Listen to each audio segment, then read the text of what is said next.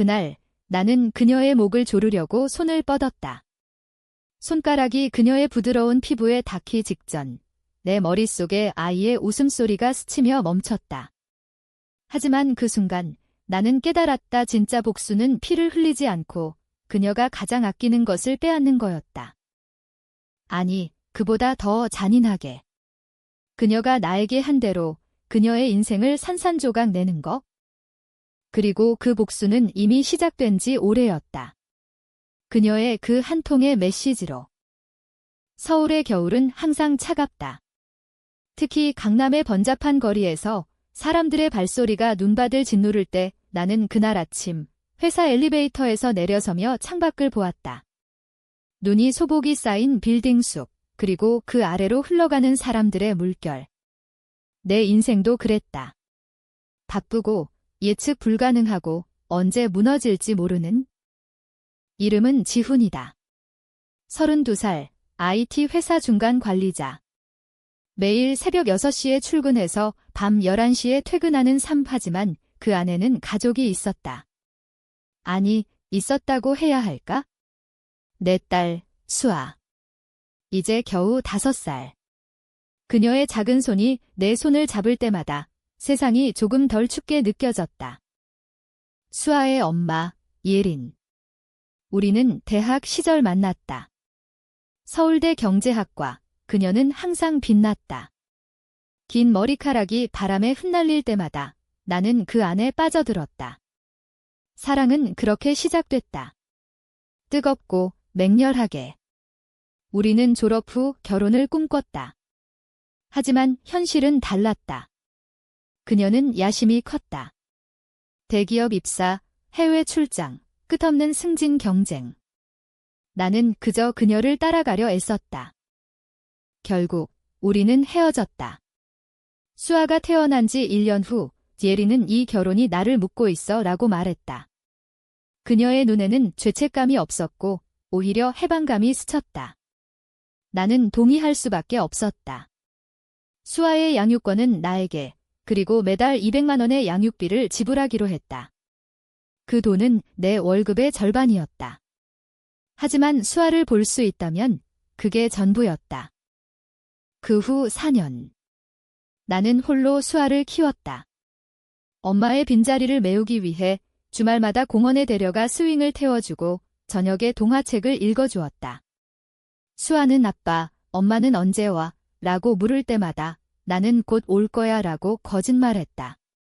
예린은 가끔 전화로 안부를 물었지만 실제로 만난 적은 없었다. 그녀는 이제 삼성전자 해외 마케팅 팀장이었다. 소셜미디어에 올라오는 사진들 파리, 뉴욕, 럭셔리 호텔에서의 미소. 그녀의 삶은 빛났다. 그리고 그날 사고가 일어났다. 12월 15일, 금요일 저녁. 나는 수아를 유치원에 데리러 갔다. 눈이 쏟아지는 길, 회사 차를 몰고 있었다. 수아는 뒷좌석에서 노래를 불렀다. 아빠, 집에 가서 피자 먹자. 그녀의 목소리가 내 가슴을 따뜻하게 했다. 하지만 그 순간 앞차가 갑자기 멈췄다. 브레이크를 밟았지만 미끄러지는 눈길. 충돌. 유리가 산산조각 나고 금속이 비틀리는 소리. 나는 의식을 잃기 직전 수아의 울음소리를 들었다. 아빠. 아빠. 깨어났을 때 병원이었다. 서울대병원 중환자실. 의사가 말했다. 딸아이는 구조되지 않았습니다. 유감입니다. 그 말은 칼날처럼 내 가슴을 파고들었다. 수아. 내 전부. 그녀의 작은 몸이 구겨진 차 안에서. 나는 소리쳤다. 거짓말. 다시 확인해. 하지만 현실은 변하지 않았다. 그 후 일주일. 장례식.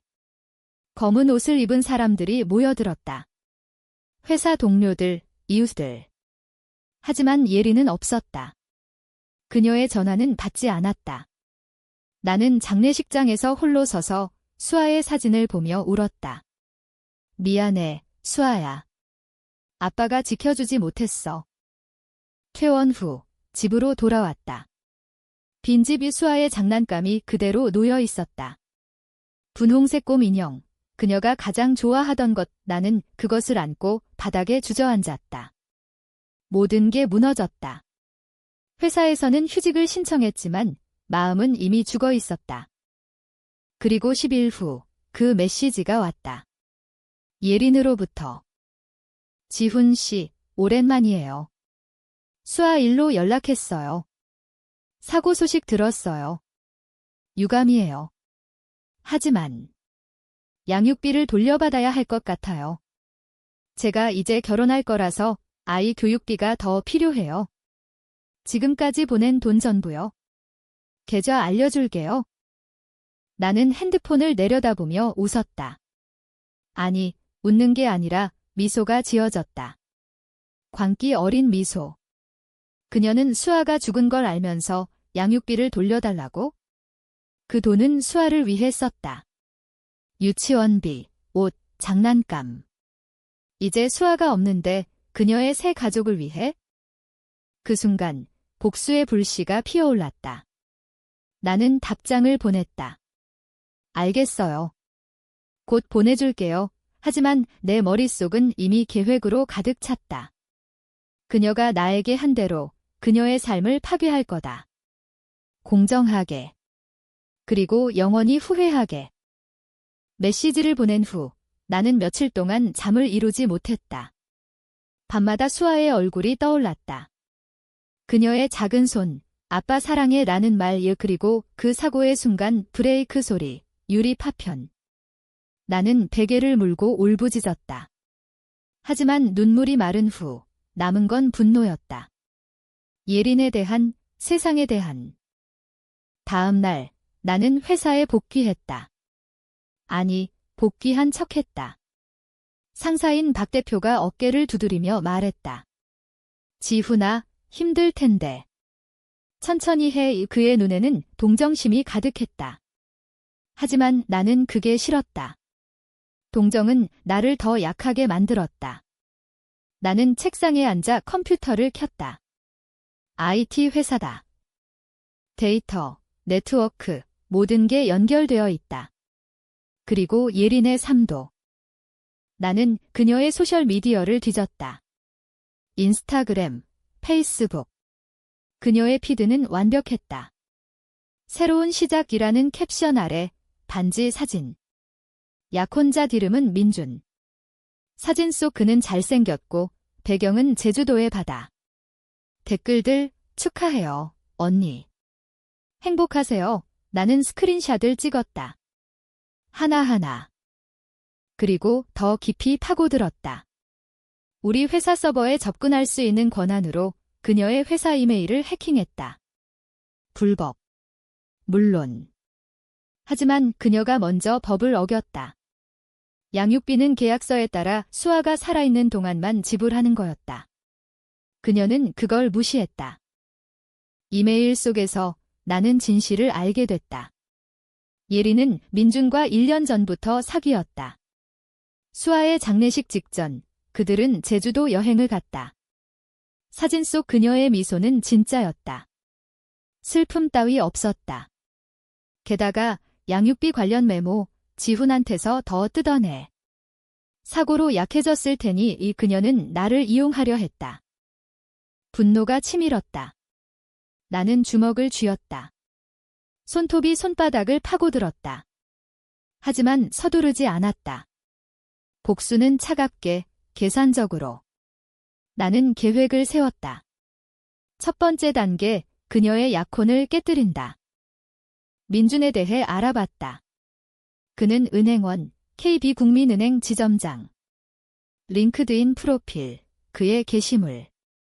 그는 가족을 사랑하는 남자라고 썼다. 완벽한 이미지. 하지만 모든 사람은 약점이 있다. 나는 그의 이메일을 찾았다. 그리고 익명 계정으로 메일을 보냈다. 첨부 파일, 예린과 나의 옛 사진. 수아가 태어나기 전 키스하는 우리. 캡션, 그녀의 과거. 당신은 알고 계신가요? 그건 시작일 뿐이었다.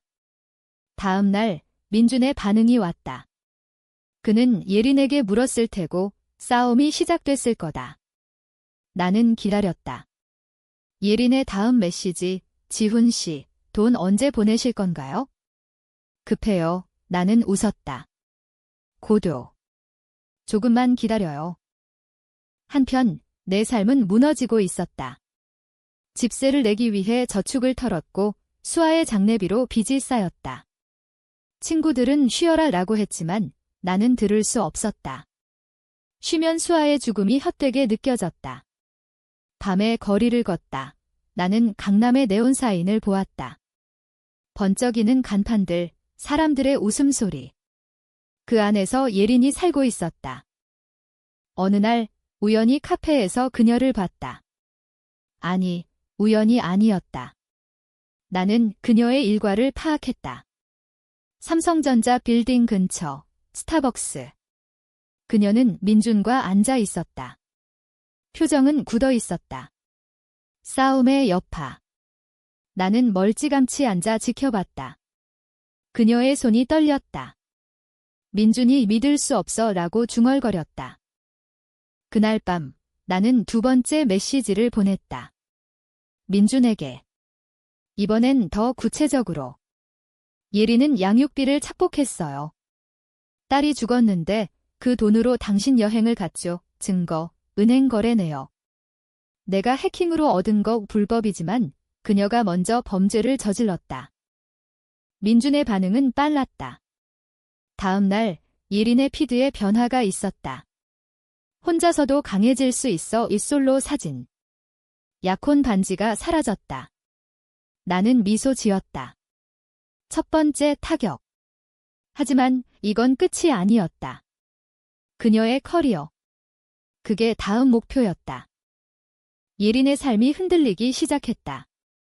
소셜미디어는 그녀의 창문이었다. 이제 그 창문을 통해 나는 그녀의 고통을 지켜봤다. 민준과의 이별 후 그녀는 직장에서 과로로 쓰러졌다는 소문이 돌았다. 익명 게시판 블라인드 앱에 올라온 글, 마케팅 팀장 예린 씨, 요즘 왜 저래? 얼굴이 창백해. 댓글들, 남친 이별인가 봐. 아니, 더 깊은 문제 아니야? 나는 그 게시판에 불을 지폈다. 익명 계정으로 그녀 딸 죽었는데 양육비로 해외여행 갔대. 인간도 아니네. 증거 사진 첨부. 익명이라 추적 불가. 하지만 소문은 퍼졌다. 삼성 내부 네트워크, 그녀의 동료들이 알게 됐다. 그녀의 전화가 왔다. 처음으로. 지훈 씨, 당신이야? 이 소문, 당신 집이지. 그녀의 목소리는 떨렸다. 분노와 공포가 섞여. 나는 차분하게 말했다. 무슨 소리예요? 수아 일로 슬퍼요. 당신도. 그녀는 소리쳤다. 그 돈 돌려줘. 그게 다야. 나는 웃었다. 돈. 그건 수아 거였어요. 당신이 훔친 거. 통화가 끊겼다. 하지만 나는 멈추지 않았다. 다음 타겟, 그녀의 가족. 예린의 부모님은 부산에 살았다. 전통적인 집안, 딸의 성공을 자랑스러워했다. 나는 그들에게 편지를 썼다. 우편으로, 익명. 딸님의 비밀을 아시나요? 손녀 수아가 죽었는데 양육비를 착복했습니다. 첨부, 수아의 장례 사진. 그녀의 작은 관. 부모님의 반응은 예상했다. 예린에게 전화가 갔다. 나는 그녀의 이메일을 통해 그 대화를 봤다. 예린아, 내가 어떻게 그럴 수 있어? 수아가 어머니의 울음소리. 예린의 변명. 엄마, 오해야. 그 사람이 날 함정에 빠뜨렸어. 하지만 증거는 명확했다. 그녀의 삶이 무너지는 걸 보는 건 쾌감이었다. 하지만 동시에 고통이었다. 왜냐하면 그 안에는 수아가 있었으니까. 복수는 나를 구원할 거라 믿었다. 하지만 밤마다 나는 수아의 꿈을 꿨다. 그녀가 아빠, 왜 그래? 라고 묻는다. 나는 대답할 수 없었다. 어느 날 나는 그녀를 직접 만났다. 한강공원. 그녀가 제안했다. 이 일 끝내자. 돈 줄게. 그만해. 그녀의 얼굴은 수척했다. 화장으로 가린 다크서클. 나는 앉아서 물었다. 왜 그랬어? 수아가 죽었는데 그녀는 눈을 피했다. 나도 슬펐어. 하지만 내 삶이 중요했어? 민준이랑 결혼하면 새로 시작할 수 있었어. 그 말에 내 분노가 폭발했다. 새로 시작. 수아는 그녀의 삶은 나는 그녀의 팔을 잡았다. 너무 세게. 그녀가 비명을 질렀다. 나. 미쳤어. 주위 사람들이 쳐다봤다. 나는 놓았다. 하지만 그 순간 나는 결심했다. 마지막 타격. 그녀의 직장. 나는 회사 서버를 이용해 그녀의 프로젝트 데이터를 조작했다. 마케팅 보고서 중국 시장 진출 계획. 숫자를 바꿨다. 매출 예측을 과장되게. 그녀의 프레젠테이션 날 그 보고서가 공개됐다. 상사가 물었다. 이 데이터 어디서 난 거지? 예리는 당황했다. 제가 확인했어요. 하지만 오류였다. 회사는 수억 원 손실. 그녀는 책임을 졌다. 그날 밤 그녀의 메시지, 지훈 씨, 당신이 한 거지? 제발 그만. 내가 잘못했어. 나는 답했다. 아직 멀었어. 수아의 고통을 느껴봐. 예린의 추락은 가속됐다. 삼성에서 그녀는 강등됐다. 팀장에서 평사원으로. 동료들의 시선이 달라졌다. 속삭임, 저 여자, 딸 죽인 엄마래. 그녀는 병가를 냈다. 하지만 나는 알았다. 그녀는 집에 틀어박혀 울고 있을 거다. 나처럼. 나는 이제 완전히 무너진 삶을 살았다. 회사에서 해고됐다. 정신적 충격으로 업무 불가라는 핑계. 하지만 진짜 이유는 내 해킹 흔적. 보안팀이 눈치챘다. 나는 무직이 됐다. 집은 경매에 넘어갈 위기.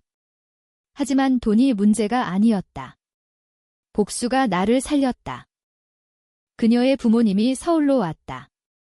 나는 그걸 알았다. 그녀의 이메일 해킹으로. 예린아, 집으로 데려갈게. 여기서 다시 시작하자. 아버지의 말. 그녀는 거부했다. 아빠, 나 혼자 할 수 있어. 하지만 목소리는 약했다.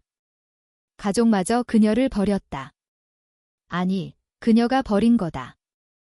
나는 더 깊이 파고들었다. 그녀의 과거를. 대학 시절, 그녀는 다른 남자와도 사귀었다. 나 몰래. 나는 그 남자를 찾았다. 이름은 태호. 지금은 변호사. 나는 그에게 연락했다. 예린의 비밀을 아세요? 그녀가 당신을 이용했어요. 그리고 나도. 그는 관심 없었다. 하지만 내가 증거를 주자. 그녀의 일기 스캔. 내가 옛날에 훔쳐둔 거. 그는 움직였다. 태호는 예린에게 전화했다. 내가 날 속였어? 그때 임신 소문. 내 거였어. 그녀의 대답. 그건 오해야. 하지만 태호는 포기하지 않았다. 그는 소송을 준비했다. 양육비 착복에 대한 민사소송. 도덕적 책임이라는 명목으로. 예린은 공황에 빠졌다. 그녀의 일기 해킹으로 본 지훈이 날 죽일 것 같아. 매일 꿈에 수아가 나와. 미안해, 수아야. 그 글을 읽으며 나는 처음으로 주저했다. 이게 맞나? 수아가 원하는 건 이건가? 하지만 너무 늦었다. 복수는 이미 그녀의 삶을 삼켰다. 어느 밤, 그녀가 내 집 앞에 왔다. 문을 두드리는 소리. 지훈아. 제발. 만나자. 나는 문을 열었다. 그녀는 무릎 꿇었다. 돈 줄게. 뭐든 할게. 그만해. 눈물이 흘렀다. 그녀의 메이크업이 번졌다. 나는 차갑게 말했다. 수아가 무릎 꿇었을 때 누가 봤어? 그녀의 고통을 느껴봐. 그녀는 소리쳤다. 너도 미워. 수아는 내 탓이야. 내가 운전했잖아. 그 말은 내 심장을 꿰뚫었다. 맞다. 사고는 내 실수였다. 눈길, 앞차. 하지만 그녀의 무관심이 수아를 죽였다. 아니, 우리 둘 다 은하는 그녀를 밀쳤다. 나가 그녀는 비틀거리며 사라졌다. 다음 날 그녀의 자살 시도 소식이 왔다. 병원에서 약을 먹었다. 나는 병실로 갔다. 그녀는 깨어나지 않았다. 의사가 말했다. 위험한 상태예요. 나는 그녀의 손을 잡았다. 차갑다. 수아의 손처럼. 그 순간 후회가 밀려왔다. 이게 복수인가? 아니면 또 다른 파괴? 하지만 나는 물러서지 않았다. 마지막 단계. 그녀가 깨어나면 모든 걸 공개한다. 언론에. 삼성 전직 팀장, 딸 사망 후 양육비 착복, 그 스캔들로 그녀의 삶은 끝장. 예린이 깨어났다. 병원 침대에서 그녀의 눈이 나를 노려봤다. 너 왜 왔어? 목소리가 갈라졌다. 나는 의자에 앉았다. 수아를 위해 그녀는 웃었다. 광기 어린 웃음. 수아. 그 애는 내 탓이야. 내가 죽였어. 그 말은 나를 무너뜨렸다. 나는 그녀의 침대 옆에서 주저앉았다. 맞아. 하지만 너도. 내 무관심이 우리는 서로를 노려봤다. 그 안에는 증오와 아주 작은 연민이 섞여 있었다. 그녀가 말했다. 나도 후회해. 매일. 하지만 나도 잃었어. 내 미래를. 그 순간 나는 그녀의 인간성을 봤다. 그녀도 다치고 아프고 깨진 사람. 하지만 너무 늦었다. 나는 일어났다. 언론에 보낼 거야? 내 이야기. 그녀의 눈이 커졌다. 제발. 안 돼. 하지만 나는 돌아섰다. 집으로 돌아와 기사를 썼다. 제목, 어머니의 배신, 딸의 죽음과 양육비 착복, 증거 첨부. 나는 익명으로 조선일보 팁라인에 보냈다. 다음 날 기사가 터졌다. 온라인 뉴스부터 시작해 TV까지. 삼성 전직 임원, 딸 사망 후 양육비 1억 원 착복 의혹. 예린의 전화가 폭주했다. 그녀의 가족, 동료, 낯선 사람들. 그녀는 다시 병원으로. 이번엔 정신과. 나는 TV를 보며 지켜봤다. 앵커의 목소리, 피해자 가족은 복수를 다짐하고 있습니다. 그 피해자는 나였다.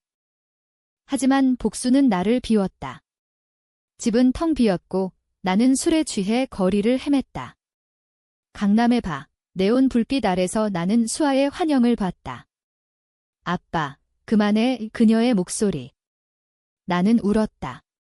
이게 끝인가? 아니. 예린이 나왔다. 그녀는 변호사를 고용했다. 태호가 도왔다. 소송, 나에 대한 명예훼손. 모든 게 내 짓이야. 법정에서 우리는 마주쳤다. 그녀의 눈은 텅 비었다. 지훈 씨, 왜?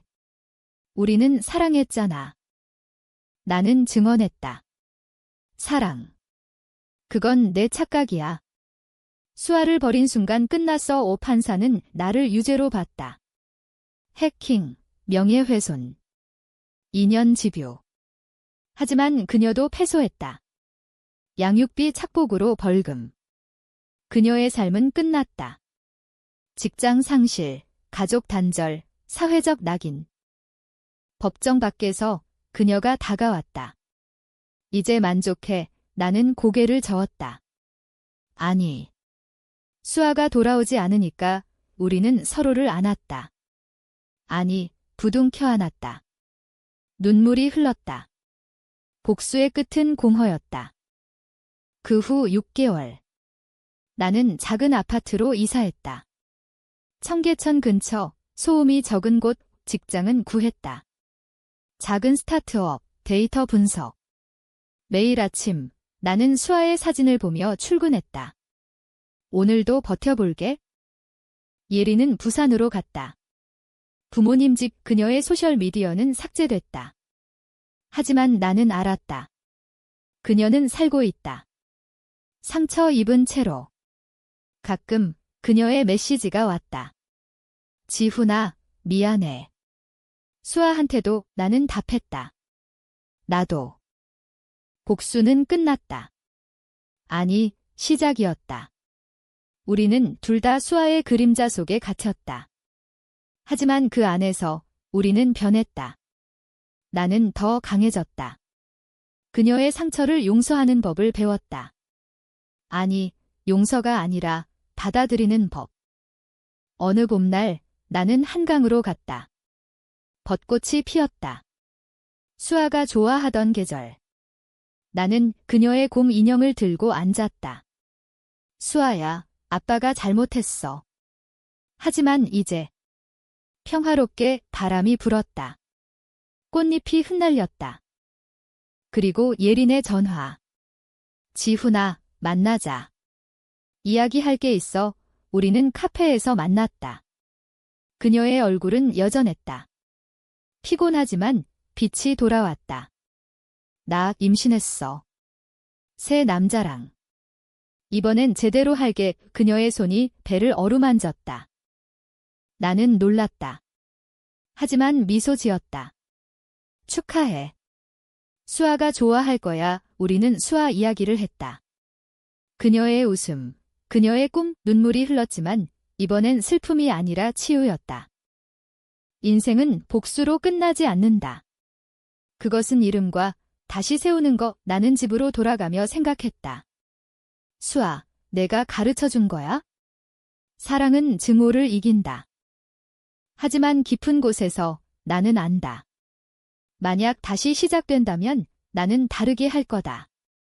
더 일찍, 더 세게 안았을 거, 그리고 그녀에게 함께 버텨라고 말했을 거.